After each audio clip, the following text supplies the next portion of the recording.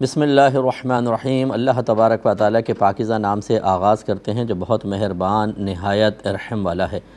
درس بخاری کا سلسلہ 2388 نمبر حدیث پاک تک پہنچا تھا اور کتاب فی الاستقراض یہ چل رہی ہے، یعنی قرض طلب کرنے کی کتاب، یعنی اس میں وہ حدیثیں لے کر آئے ہیں جو قرض سے متعلق ہیں، خاص طور پہ قرض طلب کرنے کے بارے میں۔ اور اس میں یہ 2388 نمبر حدیث پاک حضرت ابو ذر رضی اللہ تعالی عنہ اس کے راوی ہیں۔ وہ بیان کرتے ہیں کہ میں نبی کریم صلی اللہ علیہ وسلم کے ساتھ تھا جب آپ نے احد پہاڑ کی طرف دیکھا تو فرمایا کہ مجھے یہ پسند نہیں ہے کہ یہ احد پہاڑ میرے لیے سونا ہو جائے اور اس میں سے 1 دینار بھی میرے پاس 3 دن سے زیادہ باقی رہے، سوائے اس 1 دینار کے جس کو میں قرض ادا کرنے کے لیے محفوظ رکھوں۔ پھر فرمایا جو زیادہ مال رکھنے والے ہیں وہی کم مال والے ہوں گے، ما سوا ان کے جنہوں نے اس طرح مال کو راہ حق میں خرچ کیا۔ یہ پیچھے کے راوی ہیں ابو شہاب، وہ کہتے ہیں انہوں نے اپنے سامنے اور دائیں اور بائیں اشارہ کیا، یعنی یوں سرکار کا مقصود بیان کیا کہ ایسے مال دیں، ایسے اس طریقے سے۔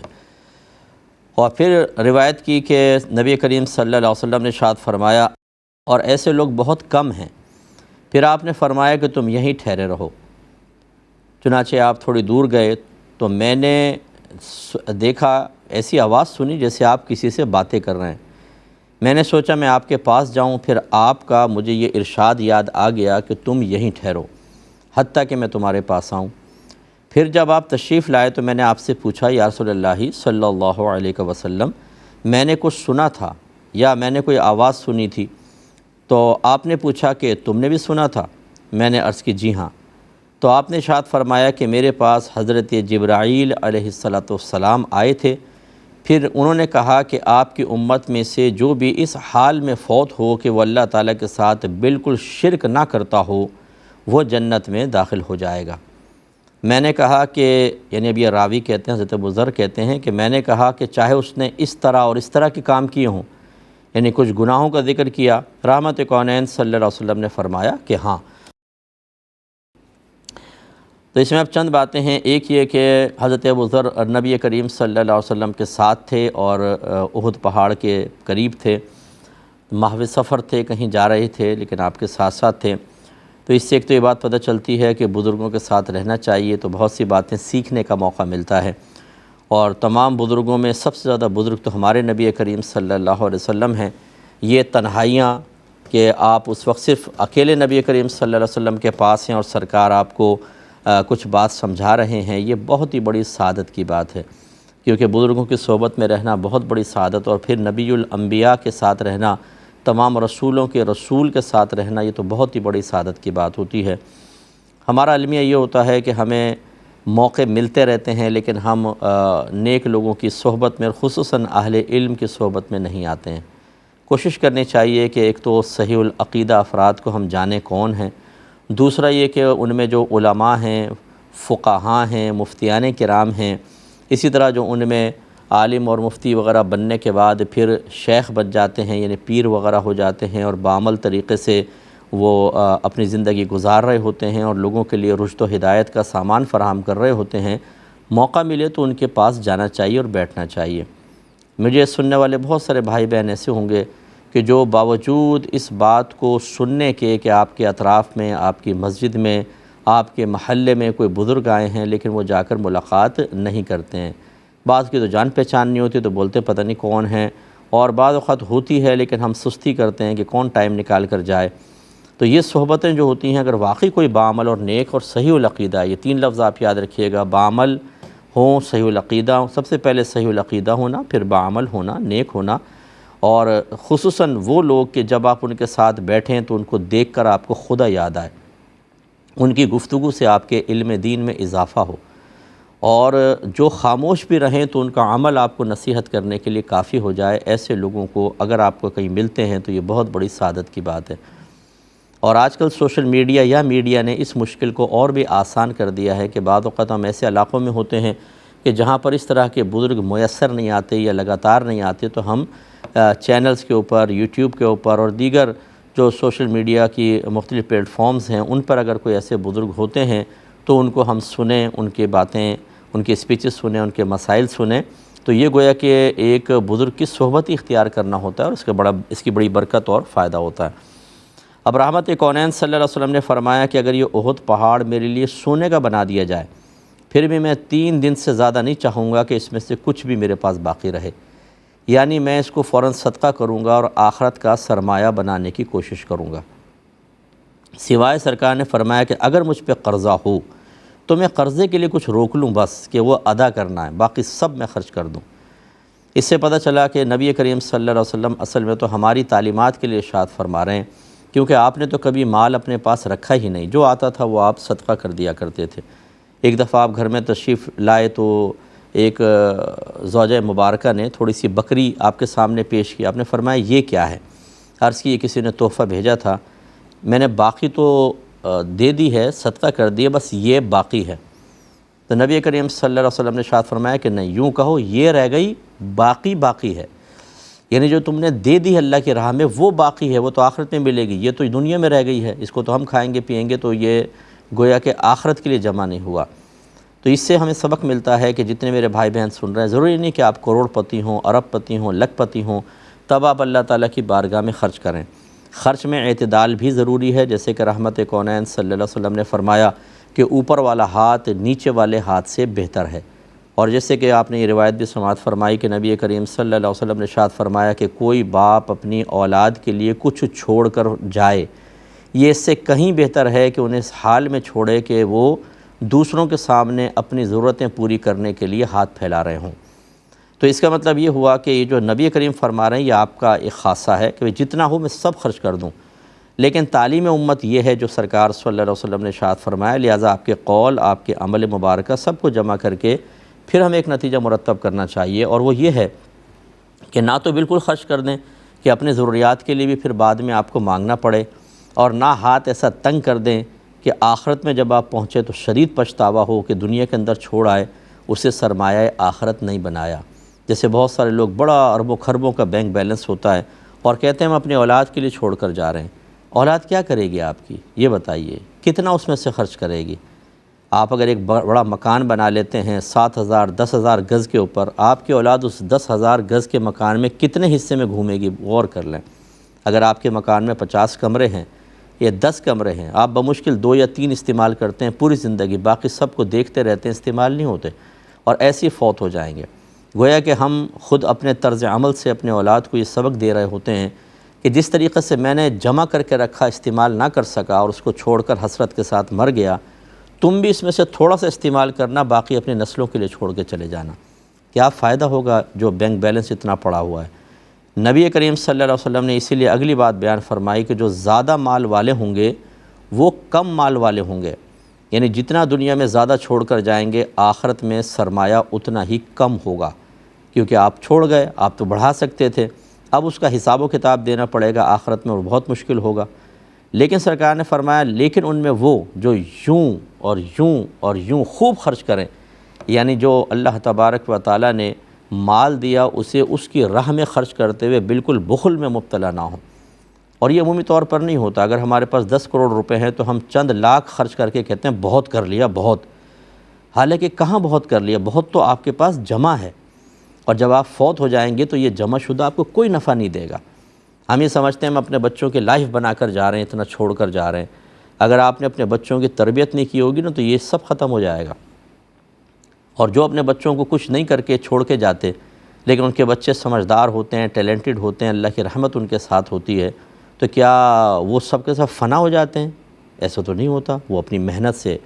اپر لیول پر آتے ہیں، بلکہ ہم نے دیکھا ہے بعض اوقات مالداروں کے بچے تباہ ہو جاتے ہیں کیونکہ آوارہ گرد قسم کے ہوتے ہیں، غلط کاموں میں خرچ کرتے ہیں۔ ایک عورت کو راضی کرنے کے لیے کروڑوں روپے خرچ کر دیا جاتا ہے، اس کو گفٹ دینا، گھمانا پھرانا، اور وہ لڑکیاں عورتیں ہوتی ایسی ہیں کہ وہ اسی کے ساتھ رہتی ہیں جو کاروں میں گھمائے اور انہیں جیولری دلوائے اور فلاں چیزیں دلوائے، اور یہ خوب اپنا باپ کا پیسہ خرچ کرتے ہیں، اور پھر بعض اوقات کوئی کرائم کر رہے ہوتے ہیں، ڈرگس کے عادی ہو جاتے ہیں اور پھر جیل میں چلے جاتے ہیں،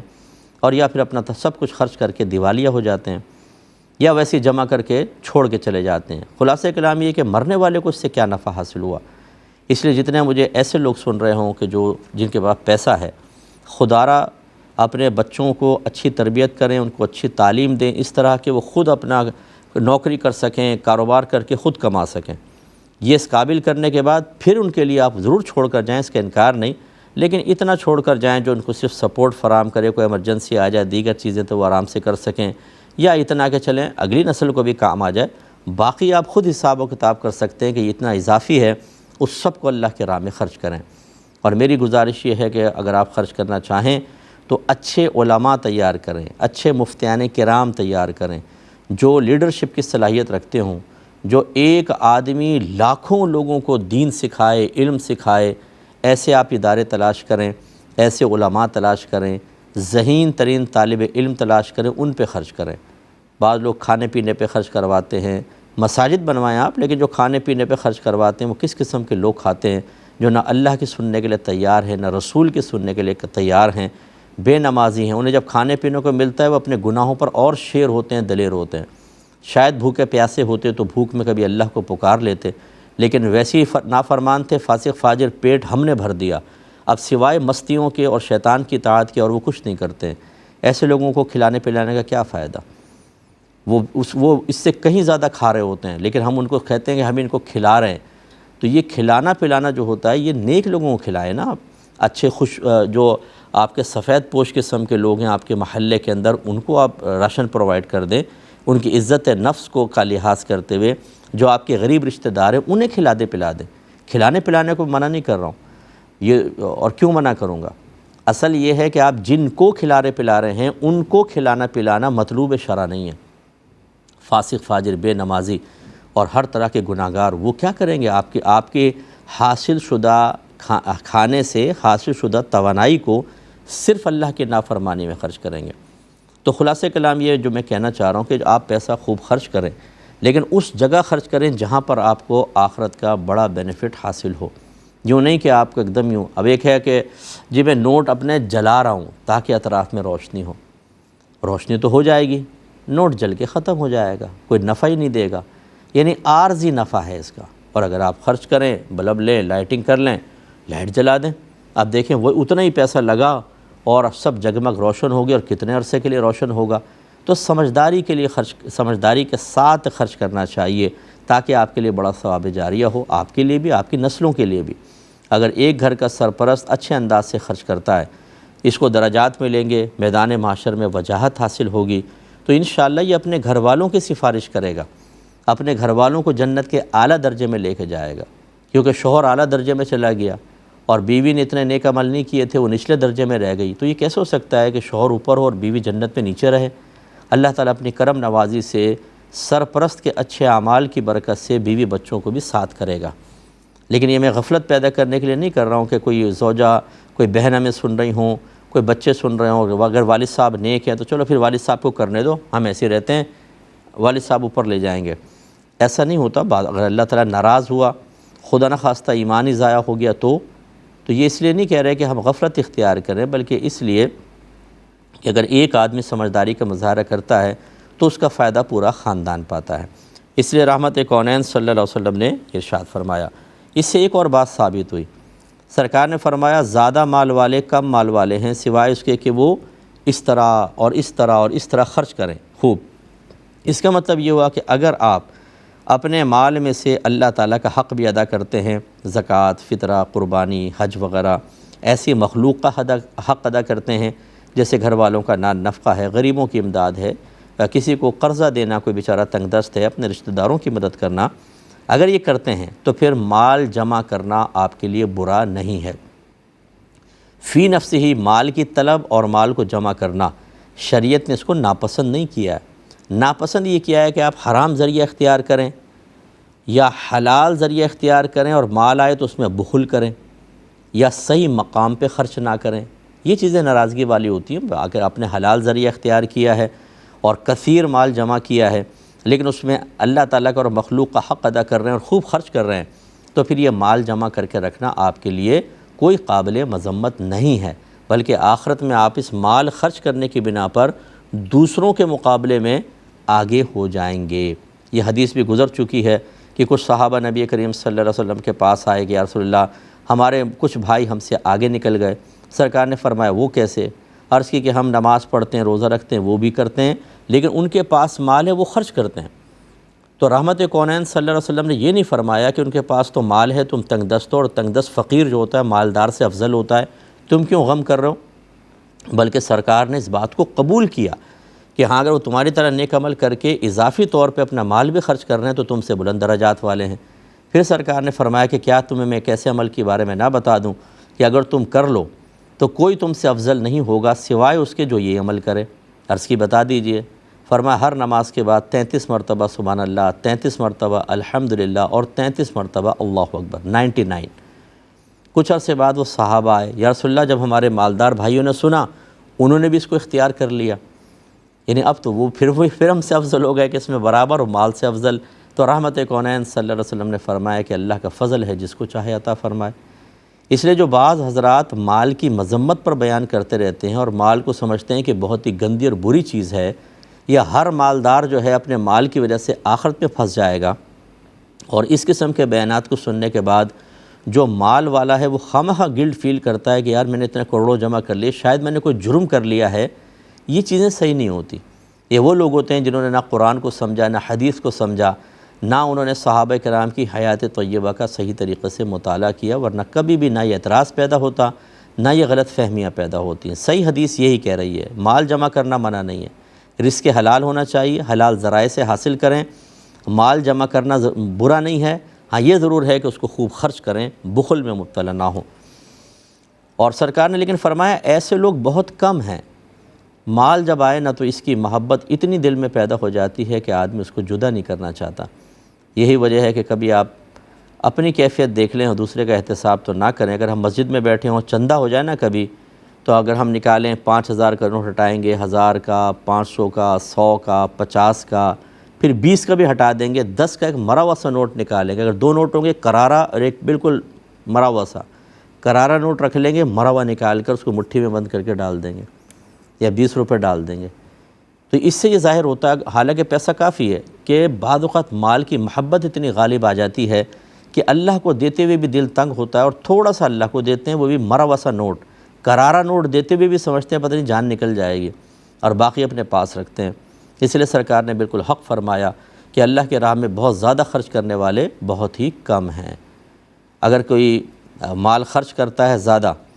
تو اصل میں مال کا خرچ کرنا یہ نہ دیکھیں آپ، یہ دیکھیں اس کا دل بڑا ہے،